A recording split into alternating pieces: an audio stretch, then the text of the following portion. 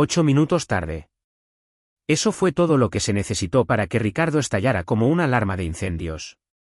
Entré por la puerta lateral, con la cabeza gacha, todavía sacudiéndome el polvo de las mangas, y allí estaba él, con la cara roja, los brazos cruzados, ya en medio de una perorata.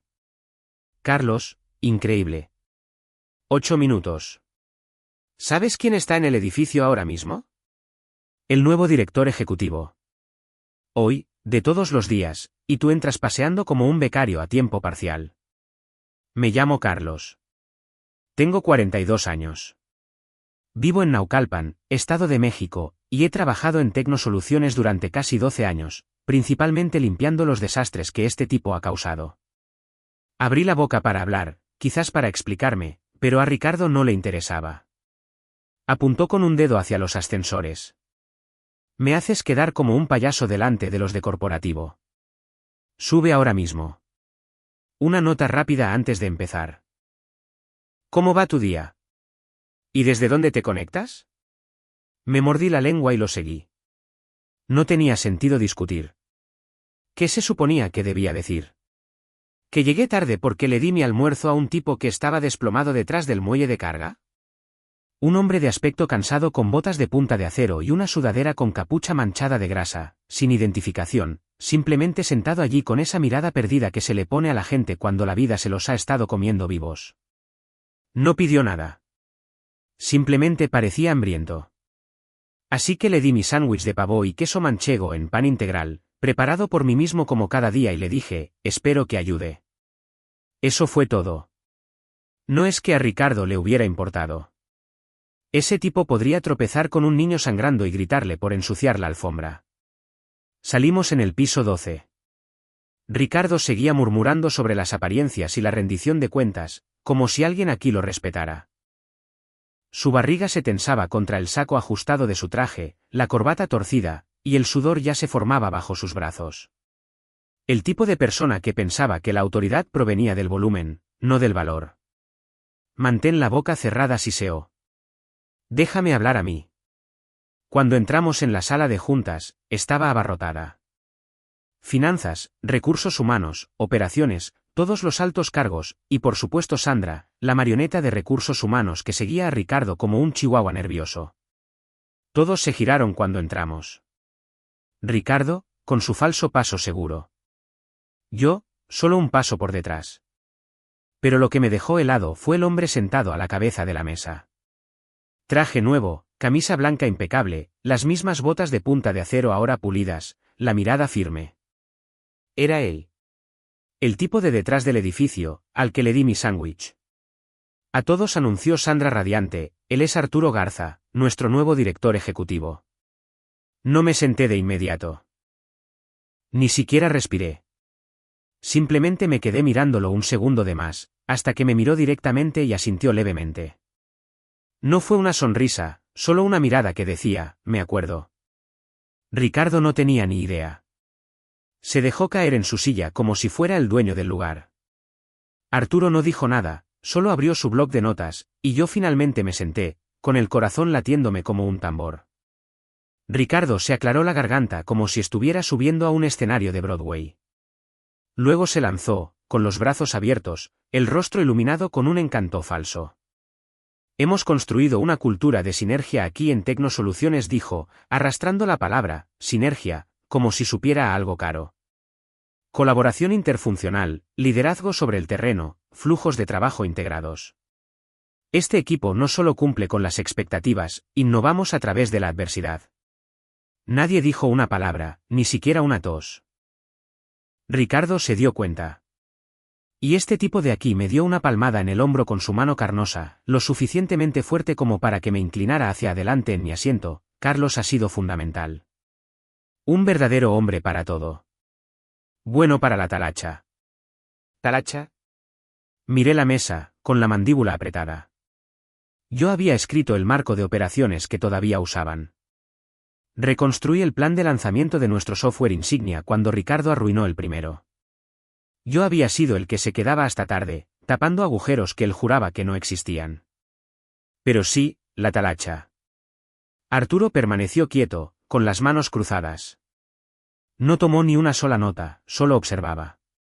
Cada vez que Ricardo hablaba, los ojos de Arturo se movían. No rápido, ni juzgando, solo diseccionando. Ponía nerviosa a la gente. Ricardo empezó a sudar. Descubrirá que he sido un mentor para la mayoría de la gente en esta sala, continuó. Creo en un liderazgo impulsado por la visión, y siempre empodero a mi equipo para que ejecute tácticamente. La jerga corporativa se hacía más densa por segundos. Miró a Sandra como si quisiera refuerzos. Ella sonrió ampliamente, asintiendo como si su cuello tuviera un resorte. Arturo finalmente se movió, simplemente reclinándose en su silla, lento y tranquilo. La cohesión del equipo importa, dijo, su voz calmada, ecuánime. Un equipo bien liderado no depende de heroicidades individuales. Depende de la alineación. Ricardo soltó una risa débil. Absolutamente. No podría estar más de acuerdo. Me gusta ver cómo la gente trabaja junta, añadió Arturo. ¿Quién levanta el peso? ¿Quién sigue? ¿Quién se esconde? Eso siempre te dice más que un currículum. Se podría haber oído caer un alfiler.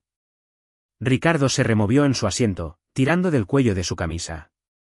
Yo me quedé quieto. Mi pulso martilleaba, pero no dejé que se notara. Arturo no solo estaba observando. Estaba catalogando, escuchando como un hombre que ya sabía las respuestas pero quería oírte tropezar con tus propias palabras. Ricardo lo intentó de nuevo. Tecnosoluciones siempre se ha orientado a los resultados.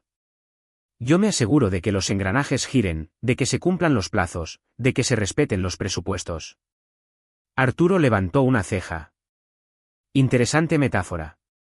Una máquina necesita cada engranaje. Exacto. He visto máquinas que funcionan incluso mejor cuando se reemplazan ciertos engranajes. Esa frase quedó suspendida en el aire como humo. Nadie acudió al rescate de Ricardo. Ni finanzas, ni recursos humanos, ni siquiera Sandra. Todos se quedaron mirando sus portátiles o sorbiendo su café, como si quizás, si permanecían lo suficientemente callados, no serían notados. Ricardo pasó a la defensiva. Es pronto, por supuesto. Necesitará tiempo para entender todas las piezas móviles. Arturo asintió levemente. Por eso me gusta observar antes de tomar decisiones. No era una amenaza. Era una promesa. Me eché hacia atrás, tratando de hacerme pequeño, invisible. Lo último que quería era verme arrastrado en medio de esto. Pero algo se había roto en la sala. Algún equilibrio había cambiado, y Ricardo ni siquiera lo sentía. Todavía pensaba que tenía el control. Todavía pensaba que estaba actuando. Pero el público había cambiado. Arturo cerró su cuaderno, lento y deliberado. Gracias, Ricardo. Ha sido esclarecedor. Ricardo parpadeó. Por supuesto, cuando quiera. Arturo se dirigió al grupo. Tomemos 5 minutos. Luego querré hablar sobre las estructuras de los departamentos. Todos se levantaron demasiado rápido, las sillas raspando contra el suelo. Nadie hizo contacto visual con Ricardo. Simplemente se movieron como si la reunión ya hubiera terminado. Me quedé sentado un segundo más, con los ojos todavía en Arturo.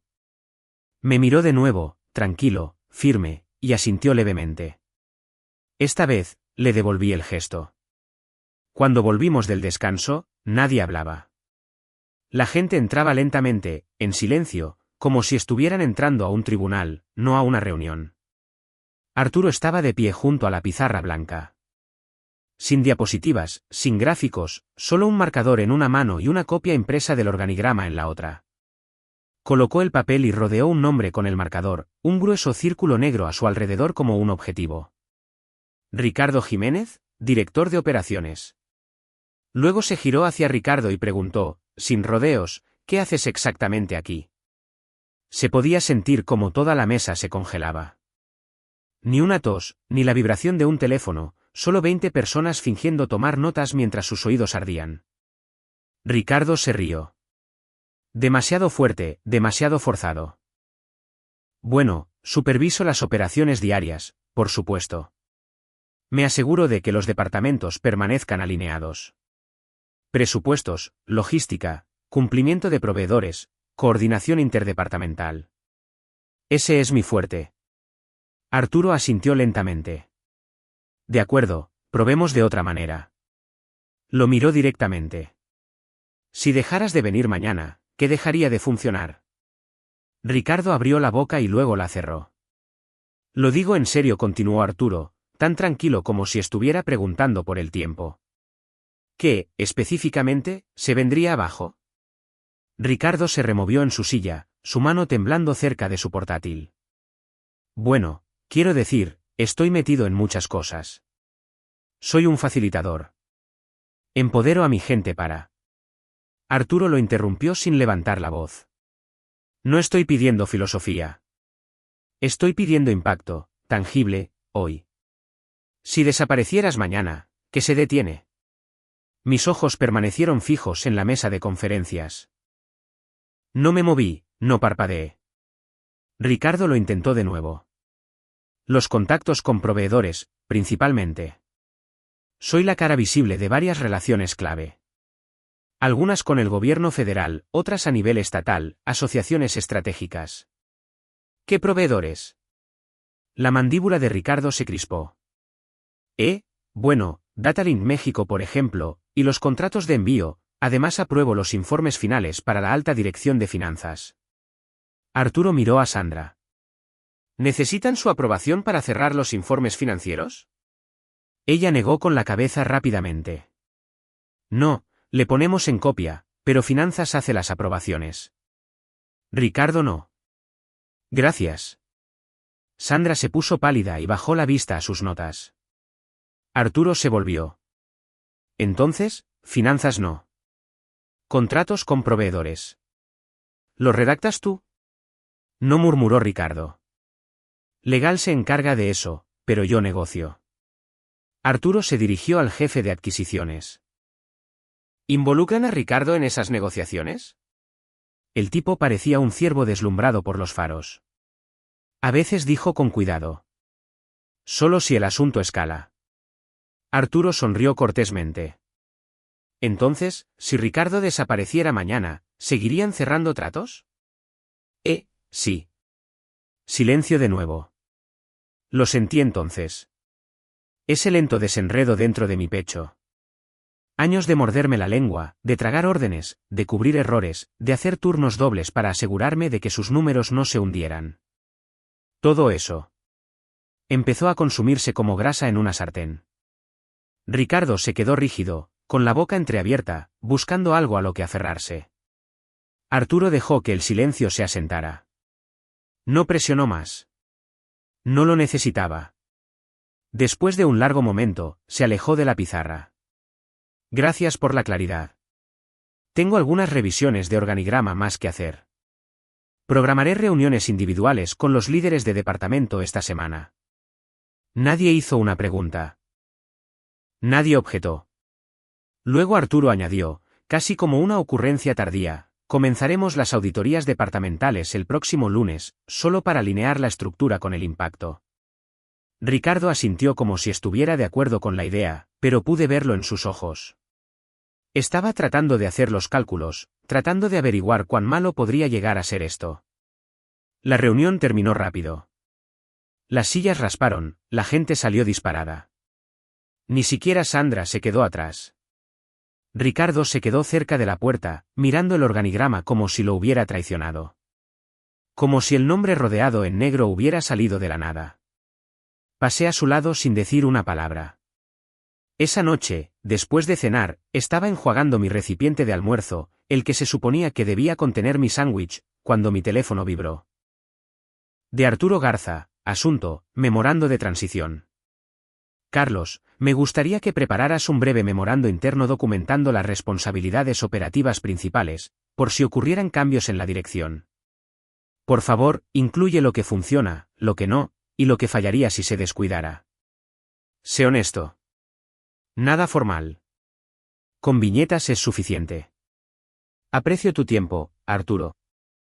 Me quedé en el fregadero un buen rato, simplemente sosteniendo el teléfono en una mano. No había dicho si la dirección cambiaba. Dijo por sí. Y supe en ese mismo instante que el cuchillo ya estaba dentro. Solo quería saber dónde girarlo. Lo primero que noté el lunes por la mañana fue el silencio. Ni pasos, ni portazos, solo esa extraña y pesada quietud, como si todo el piso supiera que algo se avecinaba. Para las 9:15, era oficial. La auditoría había comenzado. Saqué los datos de las hojas de asistencia. Finanzas marcó informes de reembolso. Recursos Humanos solicitó 3 años de registros de kilometraje. Nadie explicó nada, pero no era necesario. Todos sabían exactamente qué nombre estaba en la pizarra. Me senté en mi escritorio, con los auriculares puestos, los correos abiertos, tan tranquilo como siempre. A las 10:02, Ricardo irrumpió en mi cubículo como un policía con una orden judicial. «Tú hiciste esto, Siseo. No te hagas el tonto». Levanté la vista lentamente, me quité un auricular. ¿Hacer qué? La auditoría. Están revisando todo. Hojas de asistencia, contratos con proveedores, facturas antiguas. Recursos Humanos me está investigando hasta por debajo de las piedras como si yo fuera un político corrupto. Me encogí de hombros. Quizás solo están alineando la estructura con el impacto. Su cara se puso roja tan rápido que pensé que podría caerse allí mismo. ¿Crees que esto es divertido? No. No te hagas el inocente conmigo, Carlos. Tú empezaste esto. Empujé mi silla hacia atrás 1 centímetro, lo miré a los ojos. Yo no empecé nada, dije. Pero he guardado registros. Cada informe marcado, cada plazo incumplido, cada queja de cliente que te reenvié y que ignoraste. Está todo ahí. Limpio, fechado. Abrió la boca, pero no salió nada. Solo un clic seco en su garganta. Ahora añadí, volviéndome a mi pantalla, a menos que tengas algo más. Se quedó allí un instante más, con el pecho agitado. Luego se dio la vuelta y se fue. Sin gritos, sin portazos, solo silencio. Conocía esa mirada. Ya no era rabia. Era miedo. Antes del almuerzo, recibí un mensaje de Recursos Humanos. Hola, Carlos. ¿Estarías disponible esta tarde para ayudar con la verificación de algunos documentos? Estamos revisando informes de gastos y aprobaciones. No es una entrevista formal, solo orientación. Gracias. Respondí con un sí, y no me molesté en hacer preguntas. Cuando me presenté a las 2, Sandra me esperaba con una sonrisa tensa y una carpeta impresa. Estamos tratando de entender algunas inconsistencias, dijo. Has estado en copia en la mayoría de estos. Nos gustaría que nos ayudaras a cotejarlos con los registros internos. Asentí una vez. Sin comentarios, sin sarcasmo. Simplemente abrí la carpeta y me puse a trabajar. Cada artículo, lo tenía. La cadena de correos, la marca de tiempo, la aprobación reenviada, el silencio de Ricardo, todo estaba allí. Como si hubiera sabido que un día a alguien le importaría de verdad. Me llevó menos de 40 minutos. Cada señal de alerta ya había sido documentada. Cada agujero ya estaba en el registro. No necesité explicar nada. Para cuando salí de la sala, Sandra parecía pálida. Esa noche, me senté en mi apartamento con la televisión silenciada, simplemente observando las luces de la ciudad parpadear a través de mi ventana. La mecha ya estaba encendida, y yo no había prendido la cerilla. Estaba rellenando mi café cuando Andrea, de finanzas, pasó y deslizó una hoja de papel doblada sobre mi escritorio. Sin contacto visual, sin charla trivial, solo una entrega silenciosa, y se fue. Me senté y la abrí. 3 columnas, nombre del proveedor, cantidad cobrada y la firma de aprobación, la de Ricardo. Cada línea tenía una pequeña bandera roja al lado, vuelos facturados por viajes que nunca sucedieron, reembolsos de comidas con clientes en restaurantes con los que no hacíamos negocios, pagos desviados a través de cuentas secundarias. Estaba sucio. Saqué mis registros. Me tomó quizás una hora cotejar todo, línea por línea. Tenía los recibos, los reales, informes de gastos donde había señalado documentos faltantes. Correos que envié preguntando, ¿esto fue aprobado? Sin respuesta. Formularios de proveedores devueltos sin firmar o perdidos. Una entrada lo mostraba reclamando kilometraje por un viaje al que yo lo llevé. No tuve que forzar nada. La verdad ya era ruidosa. Todo lo que tenía que hacer era dejarla hablar. Esa semana, lo vi desmoronarse. No en una caída dramática. Esto fue más lento, más desordenado. El miércoles por la mañana, llegó con una camisa diferente para el almuerzo, las manchas de sudor habían empapado la primera para las 11. Para el jueves, estuvo al teléfono la mitad del día, con la puerta abierta, ladrando como si el volumen pudiera arreglar las grietas que se formaban bajo sus pies. Dile a Legal que lo firmé porque era urgente. No necesitábamos la aprobación de Carlos. Tenía aprobación verbal. No pueden simplemente dejarme fuera de las reuniones. Yo dirijo operaciones. Cada vez que pasaba por su oficina, veía más pánico en su rostro y menos de esa confianza arrogante que llevaba como armadura.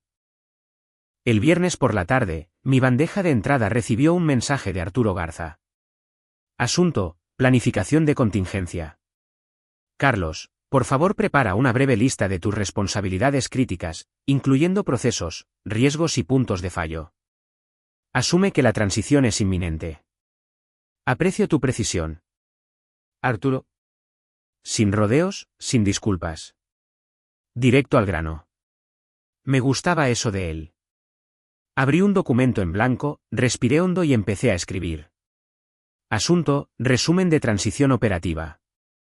La primera sección eran las funciones diarias, comunicación con proveedores, cronogramas de proyectos, seguimiento del rendimiento. Nada sofisticado, solo la estructura de lo que mantenía las cosas en movimiento. Segunda sección: dependencias del sistema, auditorías de datos, protocolos de escalada interna, cronogramas de producción. Enumeré cada plataforma, nivel de acceso, contacto de respaldo. Luego vino la parte real, los puntos de ruptura. Si yo me fuera, contratos con proveedores atrasados en 4 semanas. Retrasos en 2 lanzamientos de productos de 6 semanas como mínimo. Sobrecosto proyectado: 2.4 millones de pesos. Si Ricardo se fuera, nada. Ningún proceso detenido. Ningún cliente perdido. Ningún sistema afectado. No añadí comentarios, solo hechos. Pero cada línea golpeaba como un martillo. Nota final: plan de mitigación: se recomienda un traspaso de liderazgo limpio para eliminar la confusión, mejorar la claridad de la cadena de mando y restaurar la confianza departamental. La documentación preparada está lista para la transición. Lo releí una vez. Frío, claro, sin paja. Pulsé enviar. Se sintió como cerrar una puerta, una que había estado sosteniendo abierta durante demasiado tiempo. Al final del día, Ricardo tenía 2 reuniones canceladas y una reprogramada sin él. Las invitaciones ya ni siquiera llevaban su nombre, solo el mío y el de Arturo. Sabía que se acercaba. Se podía ver en la forma en que dejó de hablar en los pasillos, simplemente paseando, escuchando a través de las puertas, esperando un salvavidas que no iba a llegar. Pero yo, me fui a casa, hice la cena y dormí de un tirón toda la noche por primera vez en años. Para el lunes, el cambio era obvio. La gente que solía fingir que no existía, de repente no podía callarse. Omar, de la cadena de suministro, el tipo que una vez puso los ojos en blanco cuando señalé facturas faltantes, dejó una taza de café del Oxxo en mi escritorio y dijo: no sabía cómo te gustaba, así que simplemente cogí algo fuerte. Supuse que te vendría bien un empujón. Sabía a goma quemada y arrepentimiento. No me lo bebí. 2 horas después, Paulina, de marketing, se asomó por encima de la pared de mi cubículo como si fuéramos viejos amigos. Sabes, siempre he respetado la forma en que manejas la presión.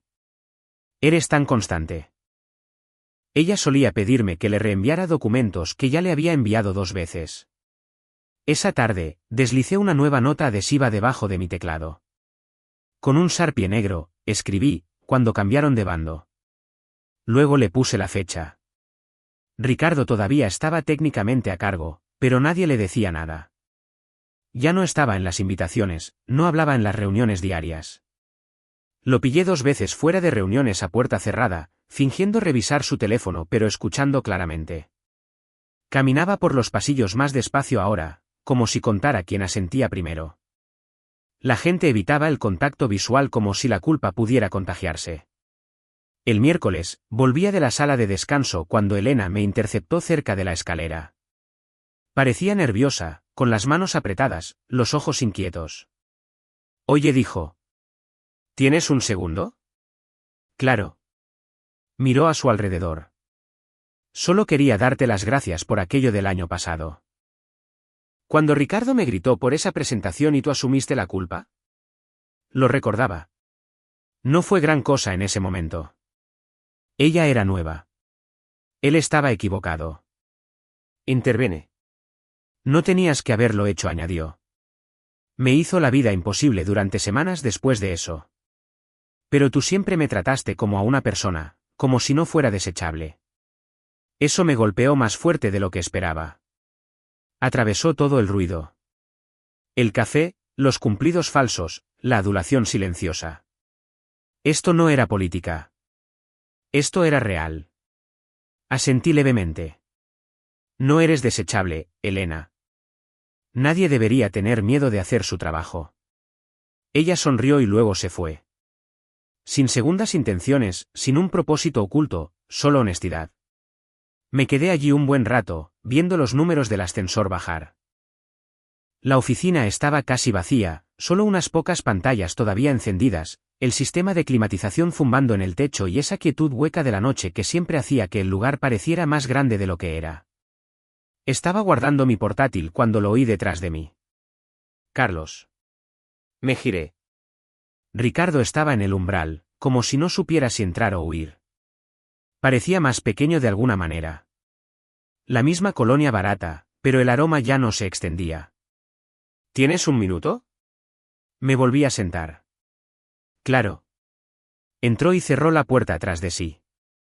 Sin arrogancia, sin ladridos, solo ojos cansados y una carpeta aferrada a su pecho como un salvavidas. Sé que las cosas han estado tensas. No dije nada. Forzó una respiración.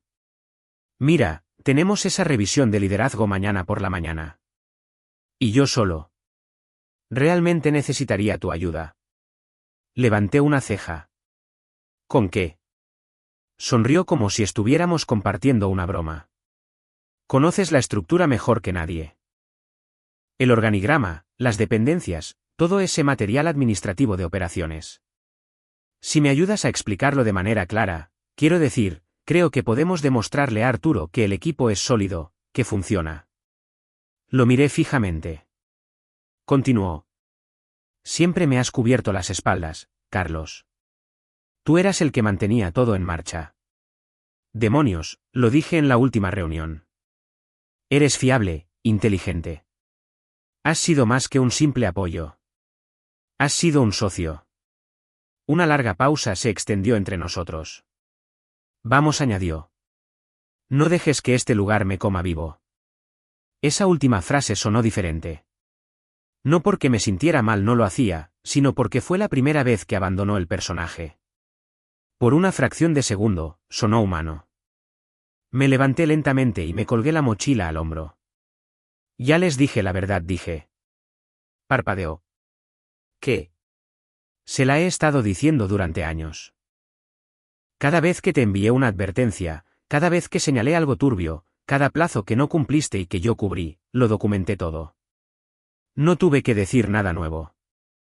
Simplemente reenvié los recibos.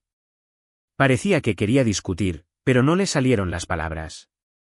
Carlos dijo finalmente, más suave, como un hombre que intenta tirar de una palanca que se le rompe en la mano. Sé que he sido duro contigo. No lo interrumpí. Has sido descuidado. Dejaste a la gente en la estacada esperando que nadie se diera cuenta. Usaste mi trabajo como una armadura, te llevaste el mérito cuando funcionaba, desaparecías cuando no. Su boca se crispó como si todavía pensara que quizás el encanto podría arreglarlo. No le di espacio. Tuviste todas las oportunidades para cambiar. Simplemente no pensaste que alguna vez te llamarían la atención. Pasé a su lado. Sin prisa, sin acaloramiento, simplemente terminado. En la puerta, me detuve y me giré a medias. Tú no eras el escudo, Ricardo. Eras la razón por la que necesitaba uno. No se movió, no habló, solo se quedó allí sosteniendo esa carpeta como si todavía tuviera poder. Salí y no miré atrás. Esa fue la última vez que lo vi en esa oficina. Exactamente a las 9:07 de la mañana, levanté la vista desde la sala de conferencias acristalada y los vi. 2 guardias de seguridad flanqueando a Ricardo. Sin ruido, sin gritos, solo 3 hombres caminando lentamente por el pasillo hacia los ascensores. Ricardo tenía una mano agarrando la misma carpeta azul que lo había visto sujetar la noche anterior. Probablemente todavía llena de excusas. Quizás un currículum. ¿Quién sabe? Su traje le quedaba grande ahora. O quizás era solo la forma en que lo llevaba. Encorvado, desinflado, como si la tela pesara más que él. La gente no se aglomeraba en el pasillo. Nadie dijo nada. Solo se asomaban por encima de las paredes de los cubículos y luego se agachaban rápidamente como si no hubieran visto nada. Yo permanecí sentado, con los codos en la mesa, las manos entrelazadas, tranquilo. Cuando pasó por la sala, se detuvo. A través del cristal, nuestras miradas se encontraron.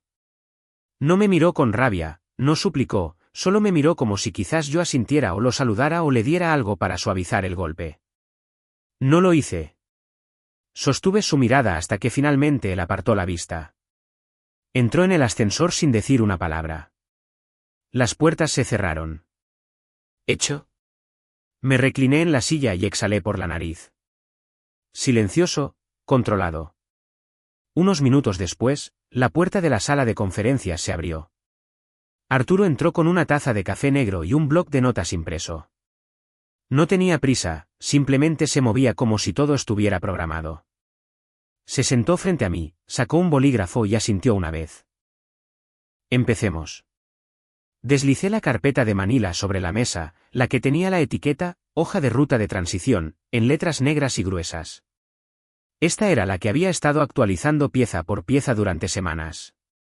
Cada proceso que dirigía, cada sistema que construí, cada enlace roto que Ricardo afirmaba que funcionaba bien. Todo ello expuesto de forma clara, con viñetas, con fecha y hora, e irrefutable. Esta era la carpeta que lo sepultó. No con drama, no con acusaciones, sino con hechos.